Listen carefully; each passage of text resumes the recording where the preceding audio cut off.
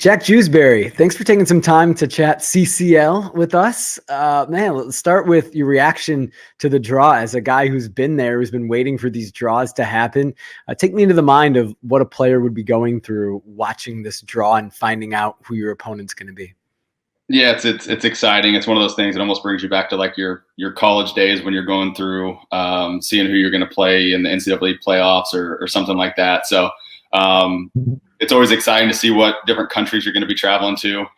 For us, it was group stages, so there were multiple teams involved.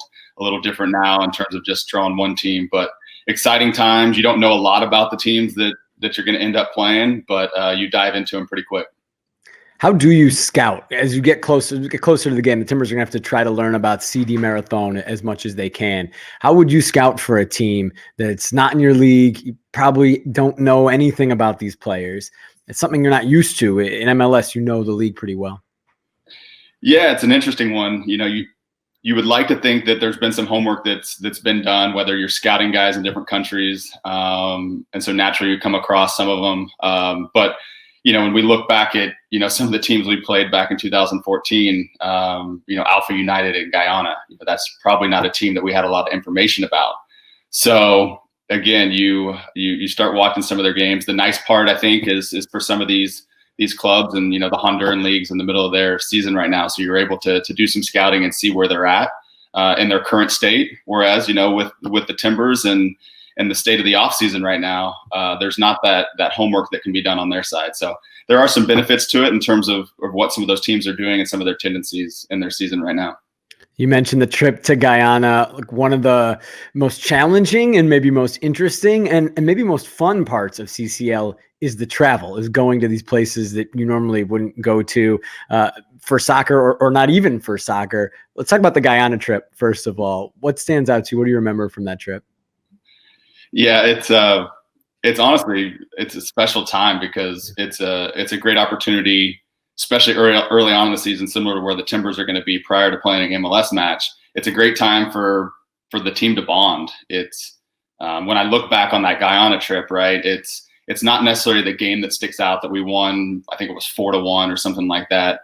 It's more about the time that was spent, on the bus from the airport in the middle of the night to the hotel that, it was dark. No one knew where we were. We're headed to a hotel that was the nicest in Guyana. But when we got there, some of the stuff wasn't ideal, right? You have mattresses that are on the ground and you're sleeping in that. So it's a different situation, but it also creates an incredible bonding experience for the team, and especially when they're in preseason or prior to the season, just a week or two before the first game. I think it's a great opportunity for the new players that, are trying to kind of prove themselves or at least get integrated in the group. It's a great opportunity for them to get to know everybody and the team to really come together prior to a long MLS season. There's no easy road games in CONCACAF. That's something that's said a lot, certainly on the national team level. That's been proven many times. Going to Honduras will be different than going to Guyana. I think it'll be more similar to the trips you guys made to play Olympia in Honduras and Saprissa in Costa Rica. What challenges did going to Central America, playing in those environments, pose for you guys? Yeah, there's multiple, right? When you look, again, I'll mention their season. They're fit. They're 90 minutes fit. They're not going to be at the beginning of their season, so they're going to be, kind of hitting their stride as they're going. Whereas the Timbers will be just kind of getting guys up to full fitness. So that's one tough part of it all, right? And that comes up every single year that this competition comes. Also, the travel. It's a long trip, but I would like to think MLS guys are hardened a little bit by the travel throughout the season over the years. So, and the last thing is the field conditions. You kind of never know what you're going to get yourself into. Again, the Guyana trip, I'll bring that one up. We had a cricket field in the middle of the pitch. So it was roped off when we were training the day before, but it was literally hard tack mud that you would see in a cricket match. The midfielder, I wanted to step on and see, how I was going to slide or not be able to play the ball in certain places on it. So you kind of never know what that situation is going to look like. And then the fans typically come into play as it's just a different environment. This year could be a little bit different with everything COVID related, but it'll be interesting to see how that plays out. but there's just a lot of factors that go into it and make it a very, very difficult environment to get a result on the road.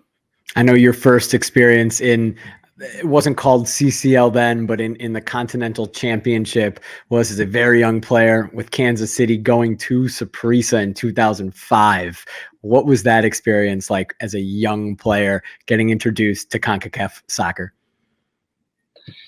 Yeah, it was a rude awakening, unfortunately. Yeah, we were in the quarterfinals in 2005, and we traveled to Costa Rica to play Saprissa. Obviously one of, if not the biggest club there.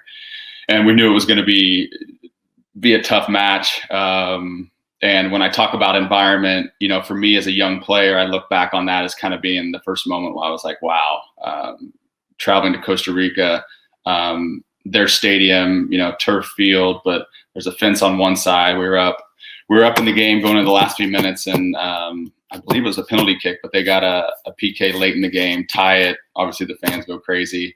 And then ended up winning the game in extra time to kick us out of the tournament. So a little bit different. It wasn't the Champions League. It was called, I think, the Champions Cup back then or something like that. But an experience that I'll always remember, with a special group of guys, but unfortunately didn't get the job done. But it just goes to show you that how tough those environments are to play in.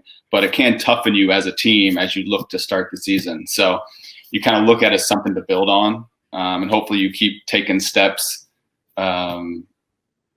along the way to keep going in the tournament. And some teams continue to do better because of that. Other teams, it can actually hinder their performance in MLS. But I think with the Timbers group that you look at now and what they've shown, especially last year during COVID and everything, and with, games every Wednesday, Sunday, that they do have a deep team. And they're kind of built for this type of competition built into an MLS season. So it'll be exciting to see how they do. As you've watched just MLS teams in this competition over 20 years, really, they're still trying to break through and still trying to get an MLS team to win this competition. How close is that, do you think? And how much have MLS, I guess, improved in comparison to the teams in Mexico? And do you see them being more competitive in CCL? Yeah, I honestly am a bit shocked it hasn't happened over the last couple of years. I feel like, Timbers and some of the other clubs are right there. And I think it's shown, right? It's even last year with LAFC and some of the other clubs that are doing well on this. We're right at that cusp of winning it. I think we have the talent. I think we have the player pool in the league to get it done. And it really is just a matter of time. It's unfortunate it hasn't happened yet, but hopefully the Timbers this year can be the first club to do it. Yeah, I'll end with that. As you analyze the Timbers and their chances, what will the Timbers need to do to have success in this tournament and to possibly break through and become the first MLS team to win it?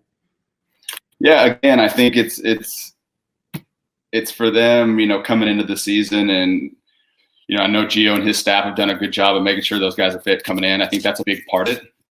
Again, you're playing against clubs that are fit, are in a rhythm. And so how quickly can you get the guys into a natural rhythm of playing games and getting them up to full fitness so that when you do go to Honduras and travel, that you are ready and you're up to speed. And then once you do that, you're kind of in the rhythm of a season after you get that going. And now that they've announced the season starting on the 17th, you've got MLS games, and all of a sudden you are in a rhythm just like they are. So I think those first few matches are crucial, right? The home game, making sure you take care of business here in Portland will be key to get that confidence going. And then traveling to a tough place to play and getting a good result will go a long way. Jack, we appreciate you taking the time to chat with us about the CONCACAF Champions League. Take care. All right. Thanks, Jake.